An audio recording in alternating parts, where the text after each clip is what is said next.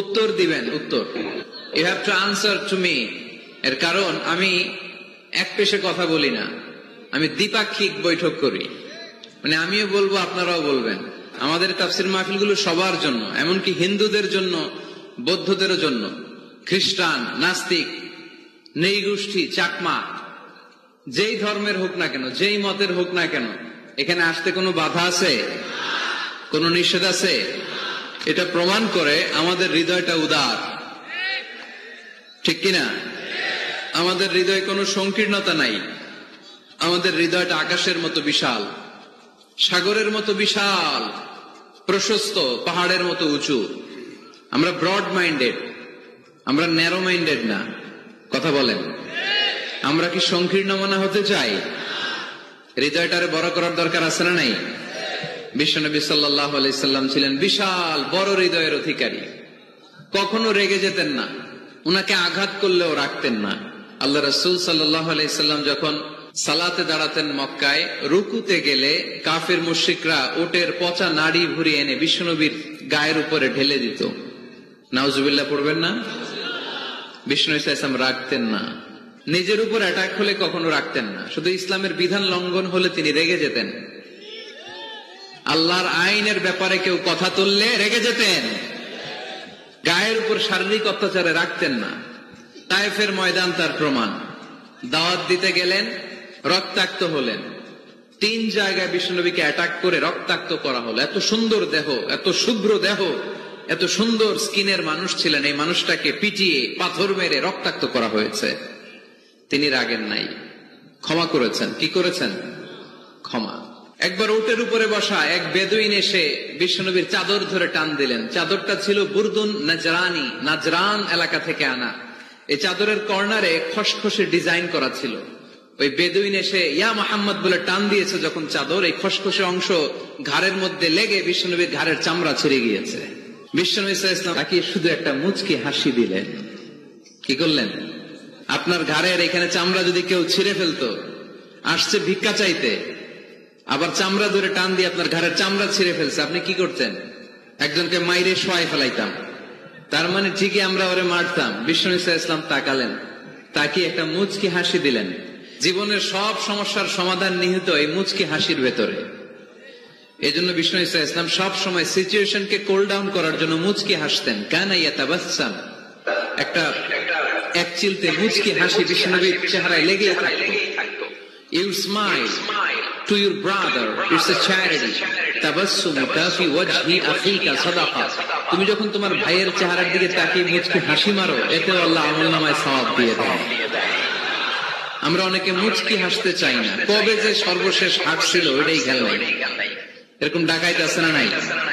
হাসবেন, মুচকি হাসবেন। হাসতে পয়সা লাগে না। হাসতে পয়সা লাগে? তাহলে মুখটা এরকম বেজার করে রাখেন কেন? হাসেন একটু, হা হা হা করে না, মুচকি হাসবেন।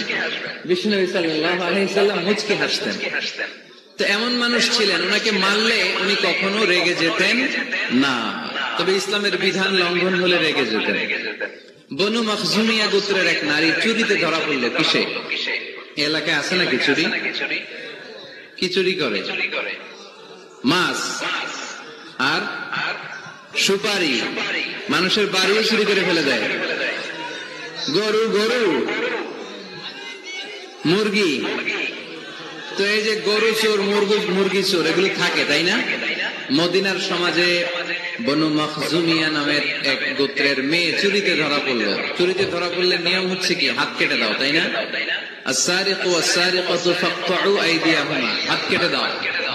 এখন এই মহিলা অনেক বড় ফ্যামিলির মেয়ে। বিষ্ণু ইসলাম যদি হাত কেটে দেয়, মদিনাতে ঝামেলা লেগে যাবে। সাহাবীরা বলল, ইয়া রাসূলুল্লাহ, আপনি হাত কেটে দিয়েন না। এটা বড় মেয়ে, বড় বংশের মেয়ে, চেয়ারম্যান বংশের মেয়ে, এমপির মেয়ে, এরকম থাকে না? বিষ্ণু ইসলাম এই কথা শুনে ওনার চেহারাটা আগুনের গোলার মতো লাল হয়ে গেল, লাল হয়ে গেল। বিষ্ণু ইসলাম রেগে গেলেন। কারণ কি? ঘাড়ের চামড়া ছিঁড়ে যায়, রাগে না। পাথর মেরে রক্তাক্ত করে, রাগে না। নামাজরত অবস্থায় ওটের নাড়ি ভুড়ি চাপায় যে লোকটা, রাগে না। এই লোকটাকে যখন বলা হলো, ইয়া রাসূলুল্লাহ, আপনি হাত কেটে না দিয়ে মাফ করে দেন, রেগে যায়। কারণ এটা আল্লাহর আইন। চিল্লায় বলো ঠিক কিনা? আল্লাহর আইনে কোনো সুপারিশ চলে না। বিষ্ণু ইসলাম রেগে বললেন, লাউ আন্না ফাতিমাতা বিনতি মুহাম্মাদিন সারাকাত লাকাতা মুহাম্মাদুন ইয়াদাহা। তোমরা ওই বনু মাখজুমিয়া গোত্রের মেয়ের জন্য সুপারিশ করো, এটা আল্লাহর আইন। এত বড় সাহস পেলে কোত্থেকে? আমার মেয়ে ফাতেমাও যদি আজকে চুরিতে ধরা পড়তো, আমি ফাতেমার ডান হাত কেটে দিতে 1 সেকেন্ডও দেরি করতাম না। এটা আল্লাহর আইন। এই আইন যদি বাংলাদেশে থাকতো, কোন চোর খুঁজে পাওয়া যেত? কথা বলেন। তবে ছোট চোরগুলো না করে বড় চোরদের জন্য এই বিধানের দরকার আছে না নাই? হাজার হাজার কোটি টাকা মেরে দেয়, আছে না নাই? কোটি টাকা পাচার করে দেয়, পেঁয়াজের দাম বাড়িয়ে দেয়, লবণ নিয়ে গুজব ছড়িয়ে দেয়, আছে না নাই? হাজার হাজার কোটি টাকা মেরে দিচ্ছে, মানুষ খেতে পায় না। আর আপনাদের বগুড়াতে টাকা কুচি কুচি করে পানির ভিতরে পাওয়া যায়, আছে না নাই? এই চোরদেরকে হাত কাটার দরকার আছে না নাই? সরাসরি টেলিভিশনে সম্প্রচার করে যদি এক একটা চোরের হাত, বড় বড় চোর, আম চোর, কাঁঠাল চোর, মুরগি চোর, ওজন হাজার কোটি টাকার চোর, এই চোরদের হাত যদি কেটে দেওয়া হতো আর টিভিতে লাইভ সম্প্রচার করা হতো, তাহলে বাংলাদেশের চোর খুঁজে পাওয়া যেত? কথা বলেন। আমরা চোর মুক্ত বাংলাদেশ চাই, দুর্নীতিবাদ মুক্ত বাংলাদেশ চাই, আমরা ডিজিটাল বাংলাদেশ চাই, ঠিক না? কোরআনের আইন ছাড়া এটা সম্ভব না। কোরআন থেকে প্রেসক্রিপশন না নিলে এই সমাজ ঠিক করা যাবে। শুধু দুর্নীতি দমন কমিশন দিয়ে দুর্নীতি বন্ধ করা যাবে? শুধু পুলিশ, র্যাব এগুলো দিয়ে দুর্নীতি বন্ধ করা যাবে? যে বইটা থেকে আমাদেরকে প্রেসক্রিপশন নিতে হবে, বইটার নাম কি? আরো জোরে বলেন কি নাম? আমরা যেন বেশি বেশি কোরআন পড়ি, কোরআন মানি, কোরআন দিয়ে যেন জীবন গড়তে পারি। আল্লাহ তুমি তৌফিক দাও। আরো জোরে পড়ি আমিন। সম্মানিত ভাইয়েরা, আমি আপনাদের খেদমতে সূরাত আলে ইমরানের 85 নম্বর আয়াত তেলাওয়াত করেছি। এই আয়াতে আল্লাহ তাআলা আমাদেরকে উদ্বুদ্ধ করেছেন আমরা যেন জীবনের প্রতিটি অঙ্গনে ইসলামকে মেনে চলি, ইসলামের বাইরে যেন না যাই। কারণ ইসলাম হচ্ছে স্ট্রেইট ফরওয়ার্ড, সোজা। ইসলামের রাস্তা কি বাঁকা? ডানে বায়ে মোড় আছে, চৌমুহনী আছে, ইউটার্ন আছে। রাস্তাটা কেমন? সবাই বলেন। এটার নাম সিরাতুল মুস্তাকিম। এটার নাম কি? Straightforward. এজন্য প্রত্যেক সালাতে আমরা আল্লাহর কাছে বলি, আল্লাহ ইহদিনাস সিরাতাল মুস্তাকিম। এটা কিন্তু অনেক বড় দোয়া। অর্থ জানি না, তাই আমাদের হৃদয়ে টাচ করে না। এটা অনেক বড় দোয়া। ইহদিনাস সিরাতাল মুস্তাকিম। ও আল্লাহ, show us the right path, show us the correct path. আল্লাহ, আমি যেন সোজা পথে চলতে পারি, আমি যেন বাঁকা পথে না যাই। আমরা যদি পথ ভুলে যাই, আমাদের পথ দেখায় কে? জোরে বলেন। আমি যদি কোনদিন পথে ভুলে যাই, হাত ছানি দিয়ে কাছে নিও। আমি যদি কোনদিন পথে ভুলে যাই, হাত ছানি দিয়ে কাছে নিও। মমতার বন্ধনে আমায় বেঁধে সব ভুল ক্ষমা করে দিও। আমি যদি কোনদিন পথে ভুলে যাই, হাত ছানি দিয়ে কাছে নিও। মমতার বন্ধনে আমায় বেঁধে সব ভুল ক্ষমা করে দিও। পড়েন আমিন। এজন্য আমরা প্রত্যেক সালাতে পড়ি ইহদিনাস সিরাতাল মুস্তাকিম। এটা সহজ সরল পথ। আল্লাহ বললেন এই পথেই চলবা, এই ইসলামকে আঁকড়ে ধরবা জীবনের সবখানে। ইসলাম মানবো কোনখানে? আরো জোরে কোনখানে? ইসলাম মানবো কতক্ষণ? দেহে প্রাণ আছে যতক্ষণ। এগুলো মনে থাকবে আপনাদের। This is my humble message to you. আমি প্রতি বছর মালয়েশিয়া থেকে অনেক কষ্ট করে দেশে আসি আপনাদেরকে কিছু মেসেজ পৌঁছানোর জন্য। এগুলো আপনাদেরকে মুখস্থ করতে হবে, হজম করতে হবে, দেন ফ্যামিলিতে, সমাজে বাস্তবায়ন করতে হবে। তা না হলে পরিবর্তন আসবে না। আমরা পরিবর্তন চাই। We need change, we have to change, we like change. আমরা এই ঘুণে ধরা সমাজকে কোরআন দিয়ে পরিবর্তন করে দিতে চাই। আমরা বিপ্লবের অংশীদার হতে চাই। আমরা অনাচার মুক্ত সুন্দর সমাজ চাই। সেজন্য এই কথাগুলো, মেসেজগুলো ধারণ করতে হবে, বলতে হবে, শেয়ার করতে হবে, বলতে হবে, শেয়ার করতে হবে, হজম করতে হবে, জীবনে আমল করতে হবে। ঠিক কিনা? এবার উত্তর দেন, ইসলাম মানবো কোনখানে? মনে থাকবে? আজকে যে স্ত্রীরা জিজ্ঞেস করবেন, মাহফিল শেষে বউরে যে সালাম দিবেন, দিবেন তো? সবাই দিবেন? বাচ্চারাও তাই দিব? পাগলেই গেছে বলবে। সালাম দিয়ে বলবে, বউ ইসলাম মানবা কোনখানে? স্ত্রী কি বলবে? সবখানে। ভাবি যারা শুনতেছেন প্যান্ডেলে, আপনারাও জিজ্ঞেস করবেন জামাইকে, ইসলাম মানবা কোনখানে? আপনারা উত্তরে কি বলবেন? সবখানে। পারা যাবে তো? তো এইভাবে এই মেসেজ গুলো ধারণ করতে হবে, লালন করতে হবে, এবং কোন জায়গায় ভুল করতে চাইলেই আল্লাহর ভয়ে থেমে যেতে হবে, অন্যায় করা যাবে না। কারণ আমি ওয়াদা দিয়েছি, ইসলাম মানবো কোনখানে? না শুধু মসজিদে, মাদ্রাসায়, মাহফিলে, কোনখানে? মনে থাকবে মুসলমান, ইসলাম মানবো কতক্ষণ? পেটে ব্যথা যতক্ষণ। যতক্ষণ পেটে ব্যথা তখন আল্লাহরে ডাকে, পেট ব্যথা নাই আল্লাহ নাই, এরকম ডাকাইতে আছে না? নাই না। সুস্থ অবস্থায় ইসলাম মানবো, অসুস্থ অবস্থায়, দুঃখের দিনেও মানবো, সুখের দিনেও। তাহলে আওয়াজ করে বলেন, ইসলাম মানবো কতক্ষণ? দেহে প্রাণ থাকে যতক্ষণ, ঠিক কিনা? মনে থাকবে খুলনার ছেলেরা? এজন্য রাব্বুল আলামিন বলেন, ومن يبتغ غير الإسلام دينا فلن يقبل منه وهو في الآخرة من الخاسرين। ইসলাম ছাড়া অন্য কোথাও যে শান্তি তালাশ করে, ইসলাম ছাড়া অন্য কোন ধর্ম যে তালাশ করে, তার কোনো কিছুই আল্লাহ কবুল করবে না। আর আখিরাতে লোকটা হবে হায় হায় কোম্পানির ম্যানেজার। কি কোম্পানি? মানে হায় হায় করবে, হায় হায় হায় হায় হায়, কি করলাম, কোন নেতার পিছনে ছুটলাম, কেন গানের কনসার্টে গেলাম, কেন মদের আড্ডা খানায় গেলাম, কেন কোরআনের মঞ্চে গেলাম না, কেন তাফসীর মাহফিল গুলোতে বাধা দিলাম, কেন ইসলামের আওয়াজগুলোকে আটকে দিতে চাইলাম। হায় হায় করবে, হায় হায় করবে, আফসোস করবে, কিন্তু সেদিন তাদের আফসোসে কোনো লাভ হবে? Whoever seeks anything except Islam, that will be not accepted, and he will be the loser in akhirah. ইসলাম ছাড়া যে অন্য কিছু তালাশ করে, সেটা কবুল হবে না, আর সে হবে লুজার। লুজার মানে যে সব হারাইছে, আর গেইনার মানে যে সব পেয়েছে। আমরা কি লুজার হব না গেইনার? মাশাআল্লাহ, এই তো বুঝতে পেরেছেন, আমরা গেইনার হতে চাই। যারা জান্নাতে ঢুকতে পারে তারাই গেইনার, ঠিক কিনা? আমরা এখানে যেমনি একসাথে বসে গেইনার হয়েছি, জান্নাতেও যেন একসাথে বসতে পারে, আল্লাহ তৌফিক দান করো। তাহলে ইসলাম ছাড়া অন্য কিছু মানি না, বলেন ইসলাম ছাড়া অন্য কিছু মানি না, মানব না। নাহনু কওমুন আ'আযানাল্লাহু বিল ইসলাম, আমরা তো এমন জাতি যে জাতিকে আল্লাহ ইসলাম দিয়ে সম্মান দিয়েছে। ফাইন ইবতাগাইনাল ইজ্জাতা বিগাইরিহি আযাল্লানাল্লাহ, ইসলাম ছাড়া অন্য কোথাও যদি আমরা সম্মান তালাশ করি, আমাদেরকে অপমান করবে কে? আমাদের সম্মান তাহলে কোন জায়গায়? ইসলামে। বুক ফুলিয়ে সব জায়গায় বলা যাবে আমি মুসলমান। পৃথিবীর যেই দেশেই যান, যে কোনো জায়গায় দাঁড়ান না কেন, বুক ফুলিয়ে বলতে হবে I M A Muslim, I proud of it, আমি মুসলমান, আমার ধর্মের নাম কি? ইসলাম। এটা সাহসিকতার সাথে বলতে হবে।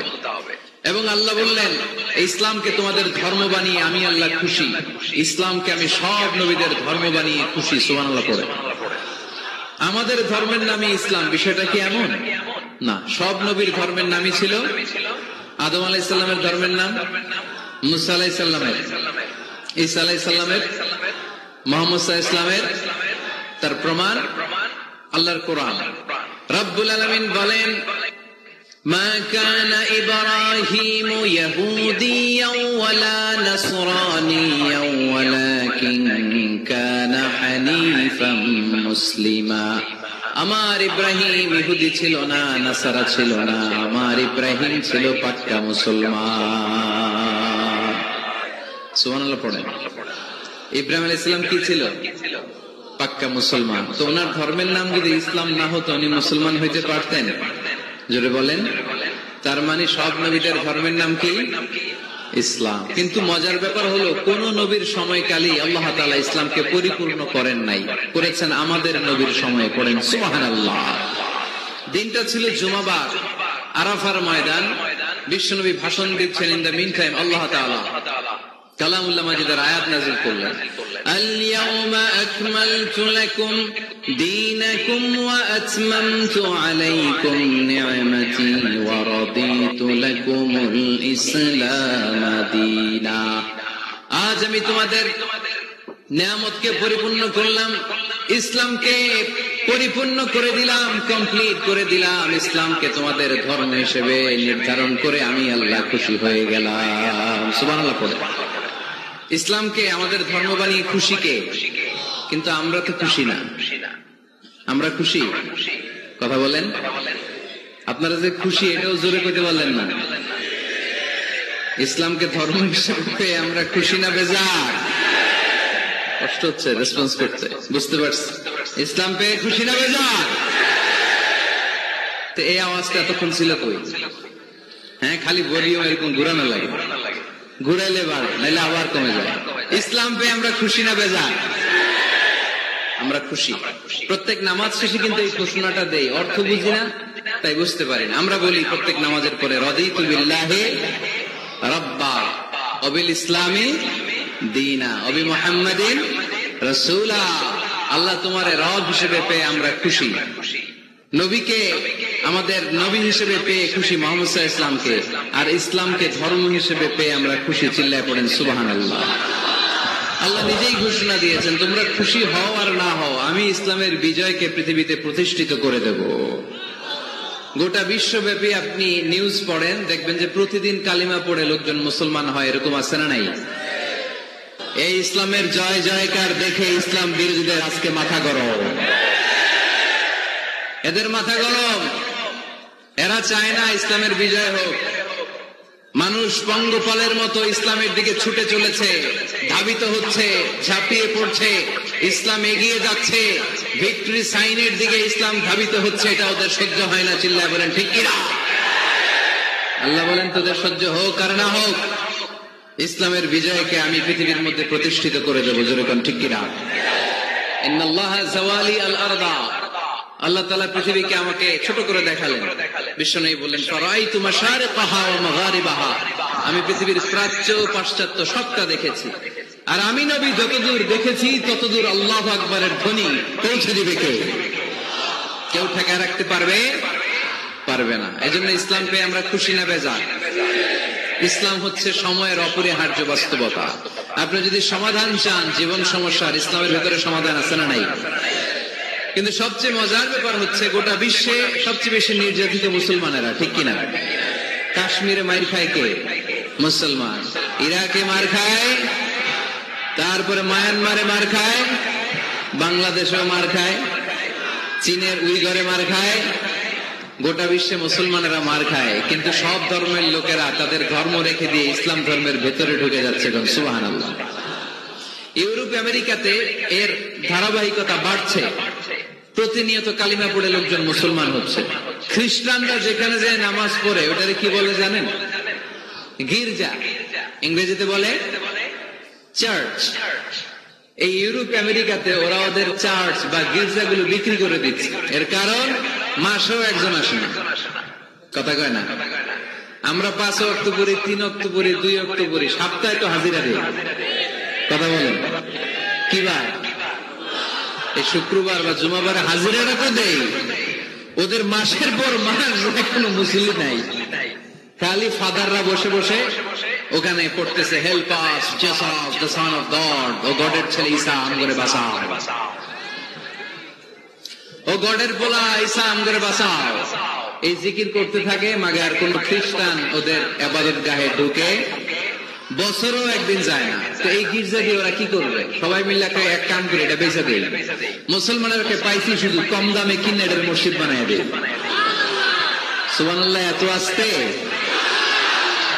গোটা ইউরোপ আমেরিকার চার্চ গুলো নাও ইটস চেঞ্জিং টু মস্ক। গির্জা থেকে এটা এখন মসজিদ হতে শুরু করছে। আমাদের সুইজারল্যান্ডে মুসলিম কমিউনিটি আছে, জার্মানিতে আছে, অস্ট্রিয়ায় অনেক বাংলাদেশি, ইটালি আরেক বাংলাদেশ। ইটালিতে প্রোগ্রামের জন্য কমসে কম 50টা প্রোগ্রাম চেয়েছে আমার কাছে যে হুজুর আপনি যদি আসেন 1 মাসের কমে আইসেন না, তাইলে খবর আছে আপনার।